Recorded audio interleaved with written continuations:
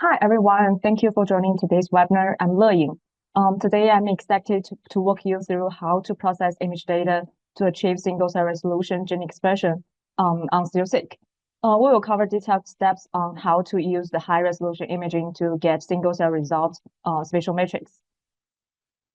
In pathology, high-resolution images like those from H&E staining or fluorescence images are important.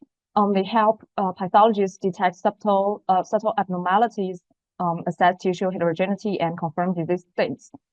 These staining images capture the overall tissue architecture, the spatial arrangement of cells, and the extracellular components. This level of detail is essential for identifying tissue regions and substructures. And also, these high-resolution images allow us to observe the morphology of individual cells. When we combine these images with spatially resolved transcriptomics data, we can analyze gene expression at the cellular level. This integration offers a deep insight into tissue function and disease progression. With Stereo-seq, the images and the spatial gene expression matrix come from the same sample slice. The staining images give us detailed histological features, while the spatial matrix reveals the gene expression activity across the tissue. Image data plays a pivotal role in delineating tissue boundaries. For example, as shown on the slides, the upper row demonstrates how we identify tissue boundaries from the image, and the lower row shows the corresponding spatial matrix result. The image-based recognition is more precise in defining these boundaries. We can see here and also this eyeball data. Additionally, the detailed cell shape and size information from the images is used to guide the isolation of individual cells. This is the first critical step in achieving single-cell resolution in our spatial transcriptomic analysis. In today's session, we will cover the following topics. A walkthrough of how we process microscope images to generate a spatial matrix at single-cell resolution. Explain the tools involved and share some insights into overcoming current challenges. Let's move to the first section. We begin with image acquisition. First, high-quality imaging is the foundation of our analysis. Clear images reveal tissue structures, cell positions, and spatial markers that guide the integration of gene expression data with tissue morphology. In our Stereo-seq experiment protocol, tissue slices are mounted on a Stereo-seq chip slide and stained using the nuclear or H&E stains before imaging. Note that the Stereo-seq chip is opaque, may make the image slightly dimmer than those captured on glass. Because the image quality is highly dependent on the microscope and imaging conditions, some requirements are necessary to achieve optimal results. For reliable spatial analysis, it is vital that all targets, here we need the tissue, cells, and also the alignment markers, our track lines, are clearly visible.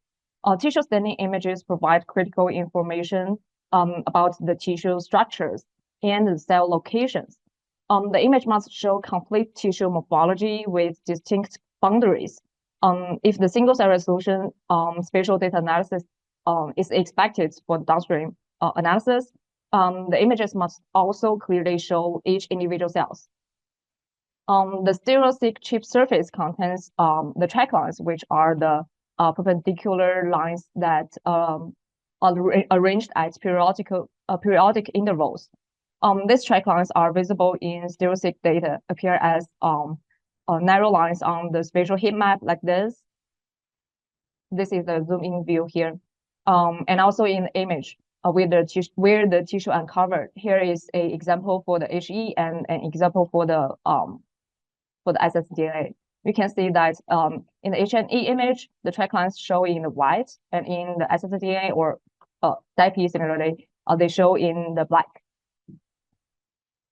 The track lines are used for highly precision alignment of the microscope images with the spatial feature expression matrix. To achieve this, we require that the image must contain a sufficient number of track lines forming a grid pattern like this, the grid pattern that can be used as an alignment reference template. Meeting this criteria requires specific microscope and imaging procedure settings. To ensure the compatibility with Stereo-seq analysis, the imaging systems must meet specific requirements. Here shows some requirements for your microscope. The fluorescence and color imaging have slightly differences, but the core principles remains the same. There are a lot of requirements here, but I will further explain some of those together with the imaging procedure requirements. For Stereo-seq image acquisition, we will require a 10 times objective magnification with a pixel size of 0.3 to 0.75 micrometers. This ensures a balance between the clarity, the acquisition time, and the file size. Since the cell nuclei are the minimum size of the cell nuclei can be around like 5 micrometers and track length about 1.5. So the high resolution is necessary to distinguish these features. And next is the focus. The tissue sizes are slightly elevated on the Stereo-seq chip.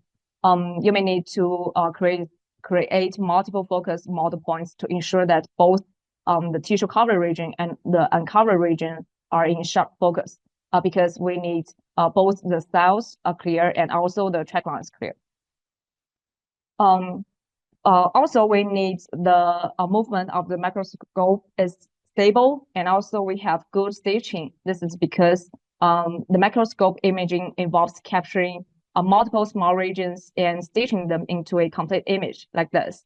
A stable movement and the precise staging prevent the distortions. Also the discontinuities of the tissue like this. And misalignment between the cells and spatial expression matrix, because the track lines can not be like a straight line. Also, we require a proper contrast and exposure settings, which is crucial to highlight the tissue details. The overexposure or underexposure can obscure cells and track lines, which will affect the alignment accuracy and also the segmentation. Then for the track lines, the image must capture enough track line intersections to form a grid pattern that allows for measuring the track line intervals in both the X and Y direction. Just like this, just like the green square shows here, the 5 track line intersections could form an acceptable grid. Like this.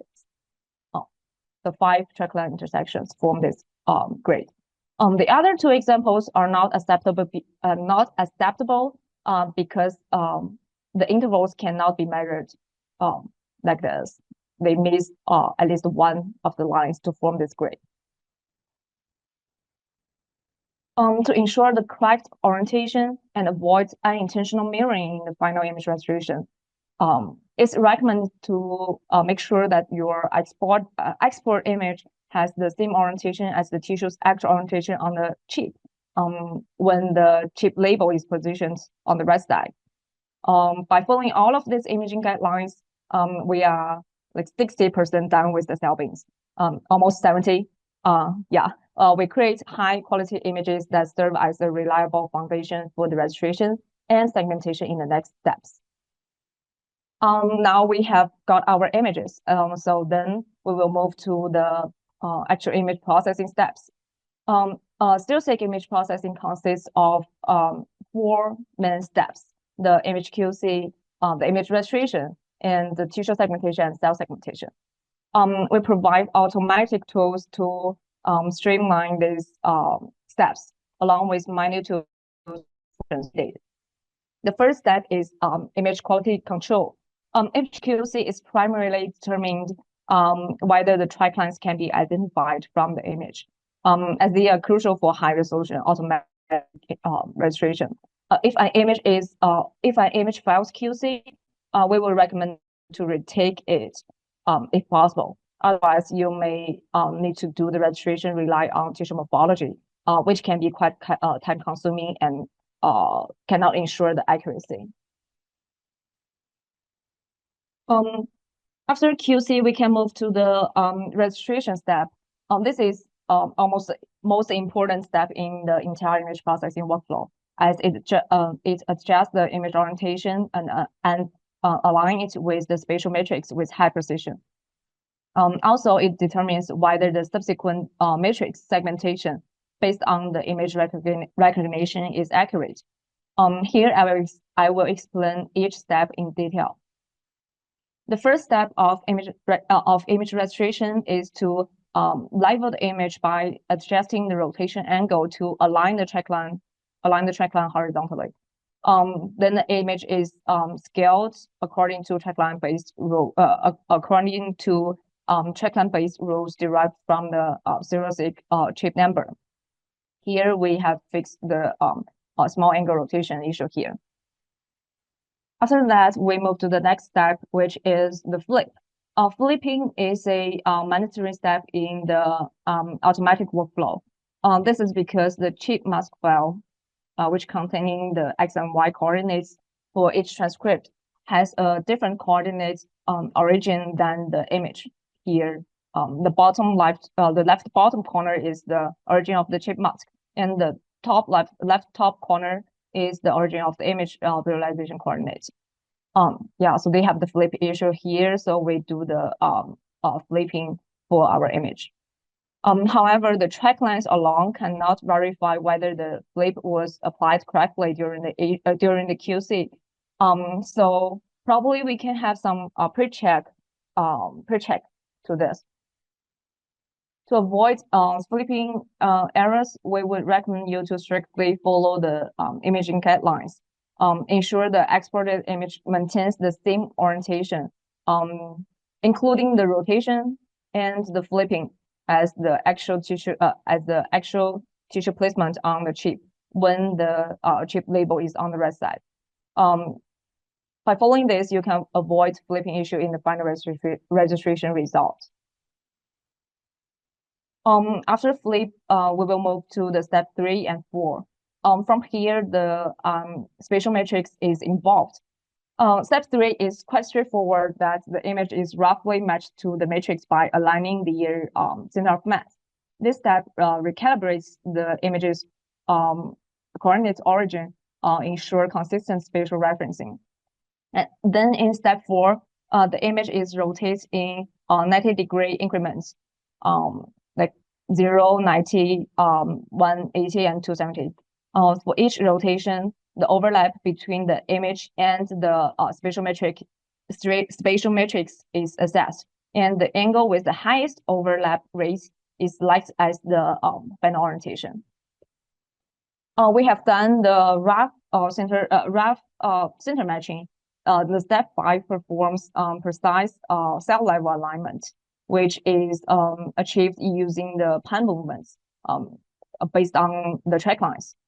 After that, in step 6, the image is cropped and padded to make the image and matrix share the same shape and size, and also the coordinate system. So now we have got our registered image. Then the next steps are tissue segmentation and cell segmentation. Tissue segmentation identifies tissue boundaries, while the cell segmentation focuses on detecting each individual cells. Both processes generate the mask files, which are the binary files that distinguish foreground targets from the background. Note that for the tissue segmentation, we also do another step, that is we remove the cells that are not covered by the tissue mask. So we only left the cells within the tissue region. Now we have all done for the image processing steps. Then we will move to generate the cell bin. So what is cell bin and why we care about it? Cell bin is a type of spatial unit. A cell bin, unlike a square bin, like bin 1 or bin 20, bin 5, bin 50, the cell bin is defined based on the contours of cell morphology rather than a fixed grid. by merging adjacent spatial bins and integrating feature expression signals. Cell bins forms spatial units that enable precise single cell resolved spatial transcriptomics analysis. For example, cell type annotation, tissue microenvironment analysis, cell-cell interaction studies, and so on. Get cell bin matrix is similar to make a cookie. If you cannot understand this process, you can just imagine that we are making the cookies. Your cell mask is like the cookie cutter, and the dough and our spatial matrix is like the flattened dough that we use the cookie cutter to extract a specific shape from the dough. That is how we get the cell bin matrix. Since the ssDNA, DIP, and H&E images provide only, not only, but just we do the cell nuclear segmentation, we only can identify the nuclear boundaries information from these images. An additional post-processing refinement step is applied during the cell bin generation. In our Stereo-seq workflow, the cell region is expanded by approximately 10 micrometers to capture relevant transcriptomic signals while preserving precise cell locations. As shown here, the red circles are the nuclei mask, and the white lines are the expanded cell mask.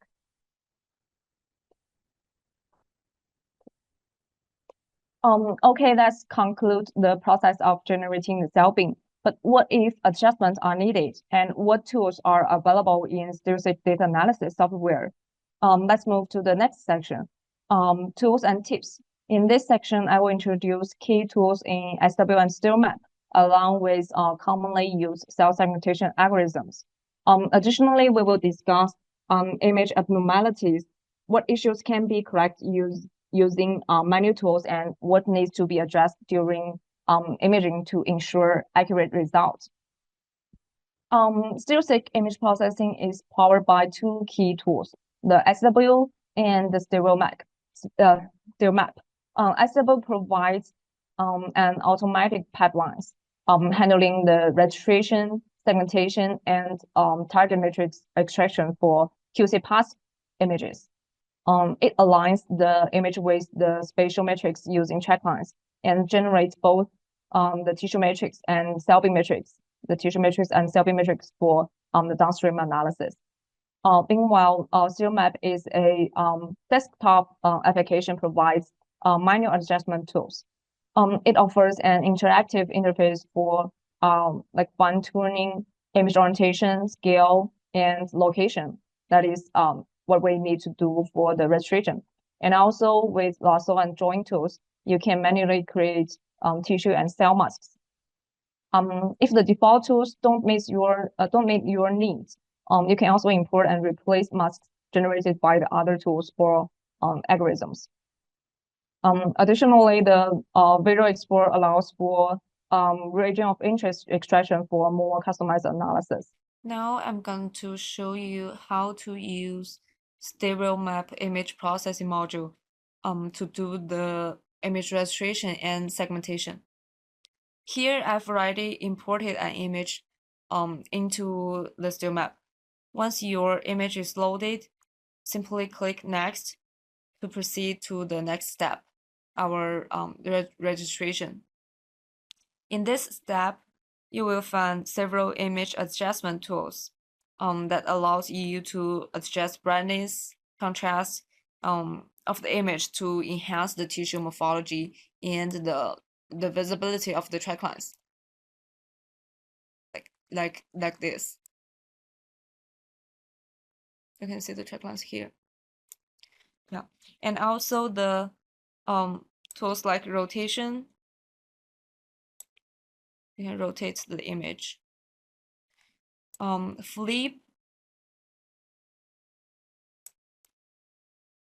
and also the scale in the horizontal or vertical directions. And also the pen move.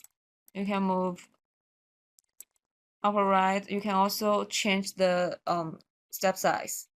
For example, let's see, 40. Yeah.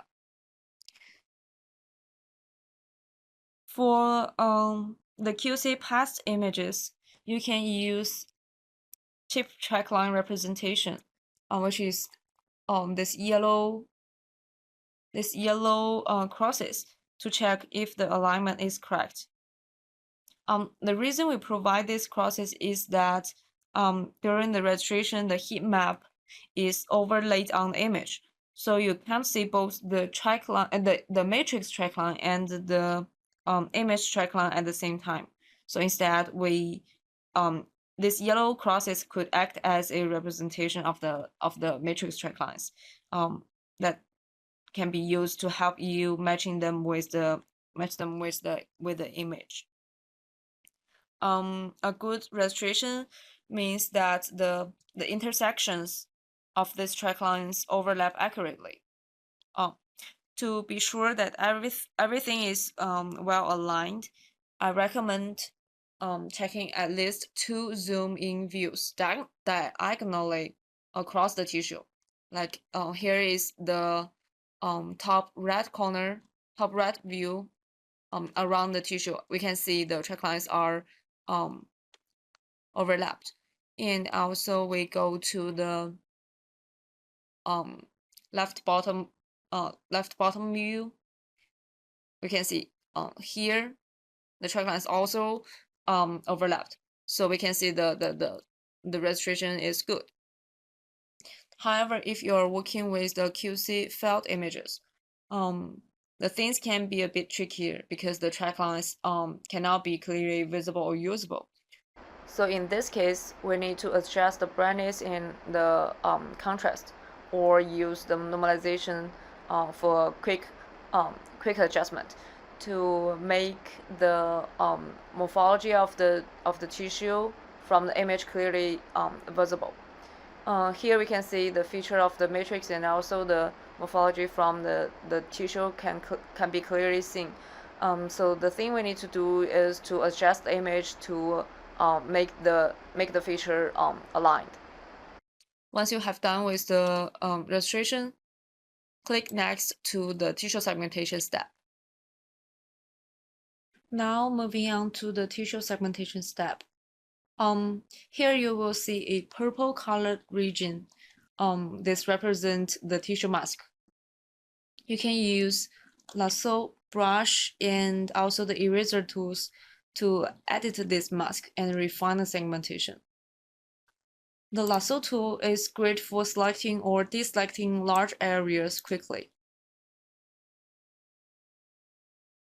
And also the deselect. Yeah. The brush and eraser tools, you can also change the size of it. They are better for precise adjustment. For example, for the tissue edges, you can use the brush to draw, and also if I want to include this cell, you can use the pen. One important thing to be noted is that the tissue region you define here will directly impact the next step. For example, if I exclude, just use this, use the eraser here. If I exclude this region from the tissue mask, the cells under this region will not count it. Let's see. If I think this is my tissue mask and click next,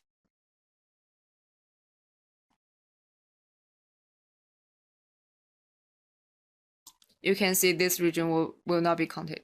This part will be removed. Okay, now we are at the cell segmentation step. Here we can see the cells are shown in the red, and also they are not the field mask. Instead, we use the use a outline to show each individual cells for the better realization. Similar to the tissue segmentation, cell segmentation also have the lasso, brush, and eraser tools. I already use the deselect lasso to remove a large region a bunch of the cells, and use the brush to merge some of the cells. For example, I think this is one cell here, so I just use the brush to merge them. And if I think that should be the two cells, I can use the brush to separate them. Yeah, as shown here. Or if I don't like the current mask, I don't want to make fix on it, I can try to import a new one.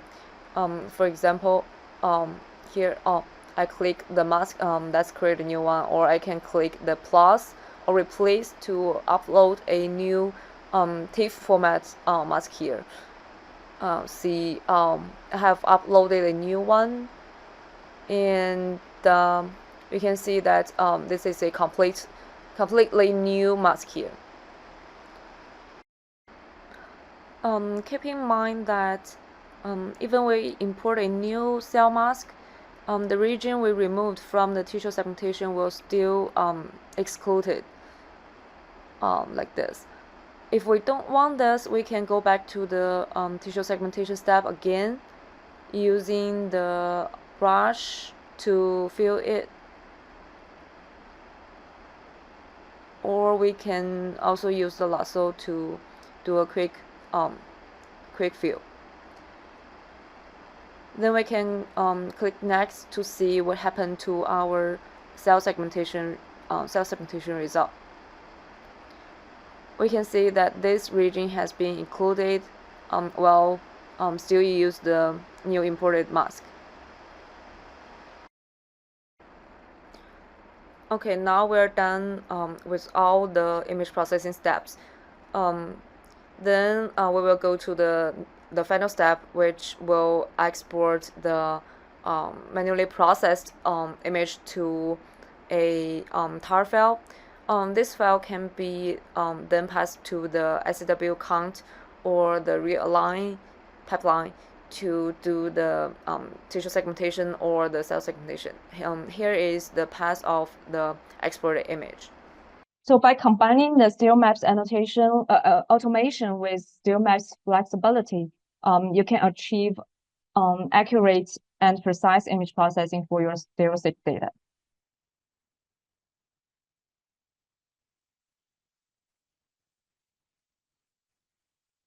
Okay. As I just mentioned, that StereoMap allows you to import segmentation mask files from other tools. Next, I will discuss 3 types of segmentation tools commonly used in the spatial analysis. They are like the manual tools, the drawing tools, and the semi-automatic segmentation tools, and the fully automatic, usually deep learning-based methods. The manual segmentation tools such as the lasso, paintbrush, eraser, as I showed in the map, offer complete control over the segmentation process. This type of tools are ideal for small data sets or for fine-tuning errors produced by automatic segmentation methods. However, because these tools require cell-by-cell adjustment, they are very time-consuming and not feasible for larger data sets. Thus, while they yield high precise results, manual segmentation is best reserved for refining results or addressing specific edge cases. The semi-automatic segmentation tools, such as QPath, offer a balance between the automation and user control. These tools allow you to adjust parameters for tissues with variable cell density, size, and also shapes to optimize the overall segmentation outcomes. Finally, the deep learning driven tools such as deep cell, the cell bin, which is the built-in algorithm in SW, and also the cell pose. They offer the fast, scalable segmentation for large data sets and complex cell morphologies. While they enable high throughput image processing and provide significant adaptability, they generally require training and model tuning before using.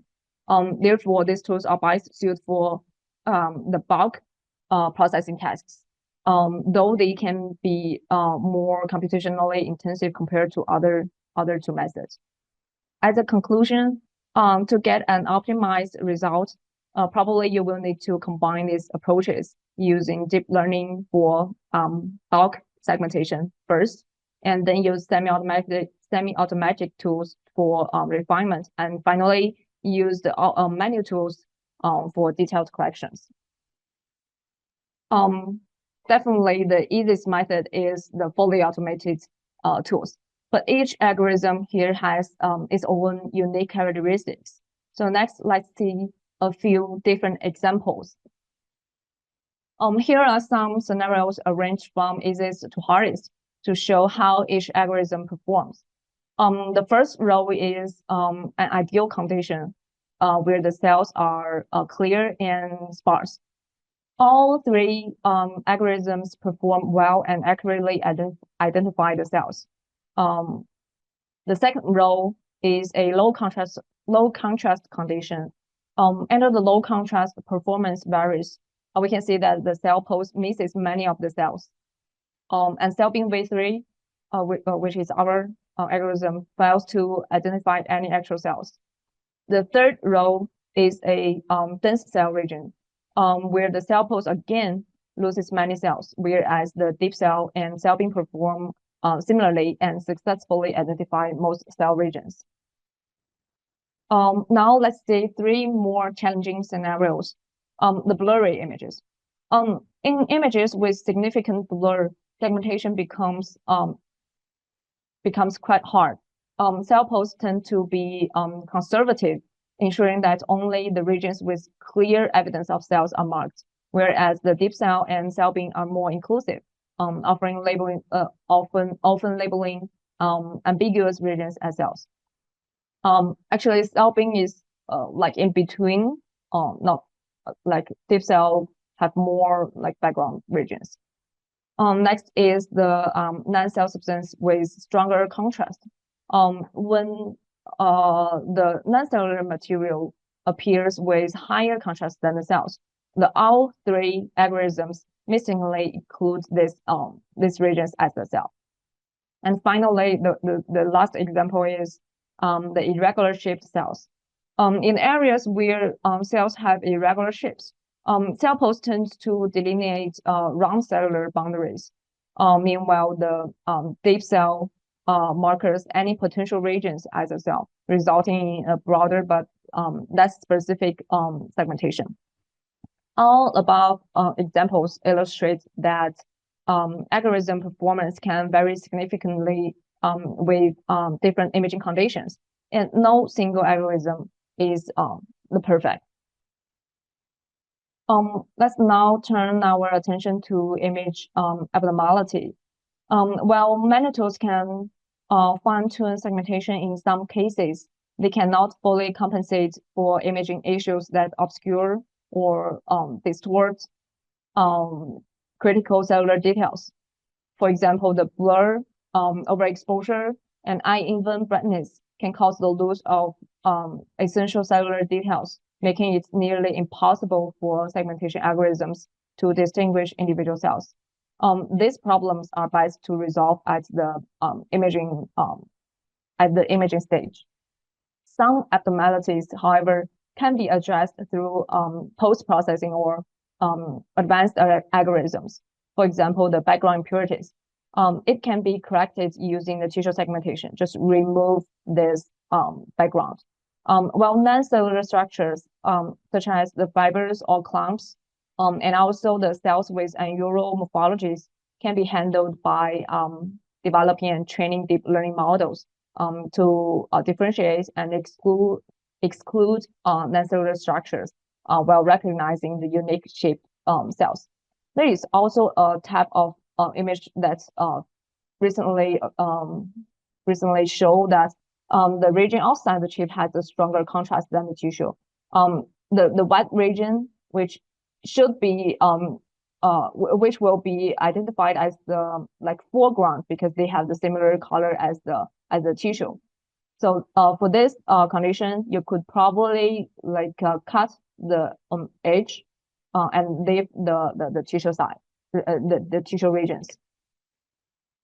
The last part will be some challenges and emerging solutions to the image processing. Stereo-seq offers three core products: Stereo-seq FF, Stereo-seq Omni, and also the Stereo-seq.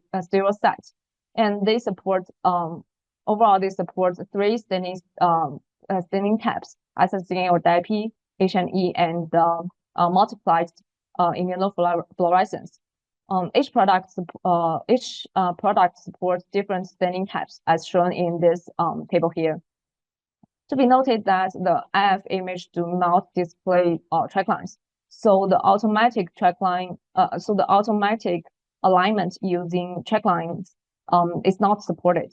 Instead, we assume that all the IF images should be perfectly aligned with the corresponding DIP image.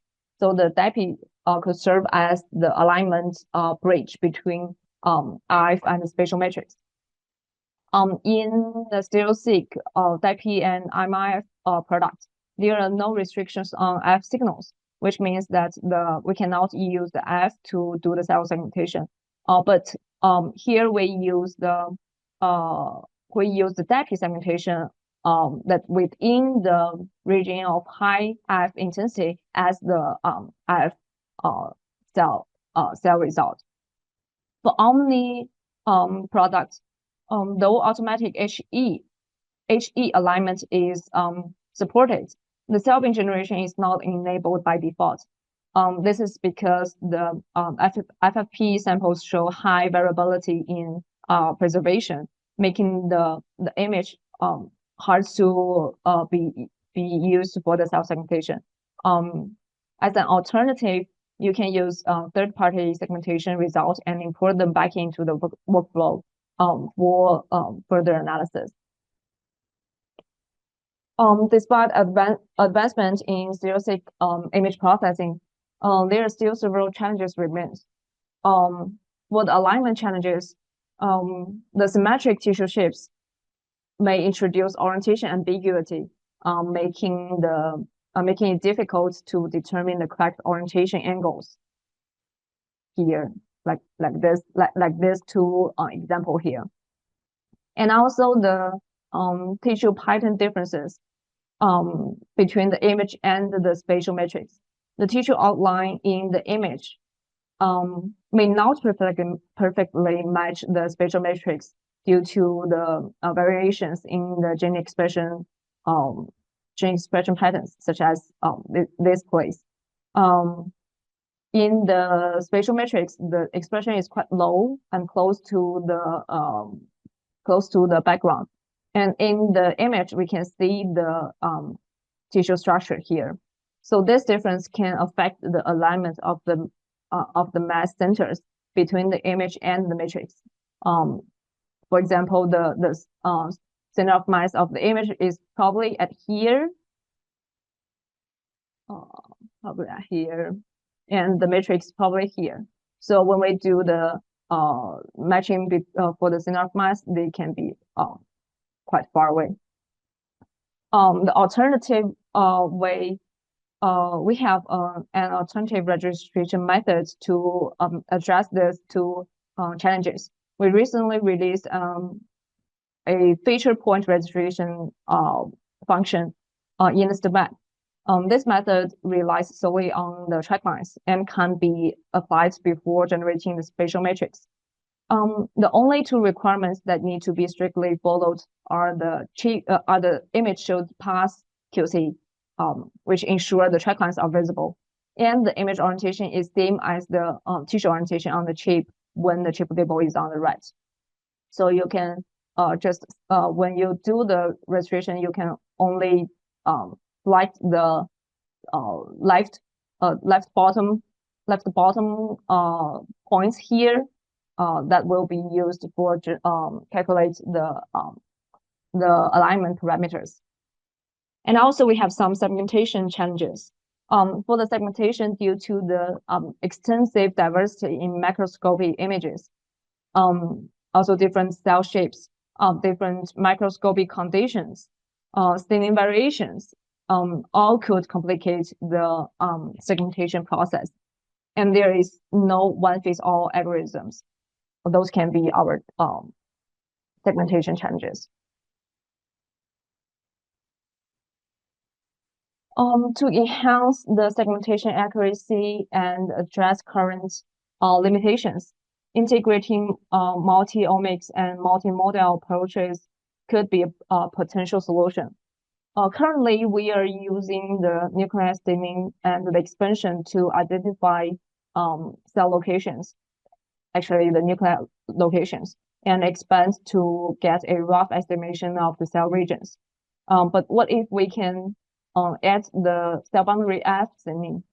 It could help define more accurate cell size and shape, and also integrate the HE images, which could add morphology details and help distinguish for different cell types. These are the traditional segmentation methods. Beyond that, the AI-driven models can further improve image processing, probably like developing versatile models that generalize across different staining types and tissue conditions, and also utilizing self-learning models that continuously refine segmentation accuracy based on feedback and new data sets. Okay, here are the talk we have today.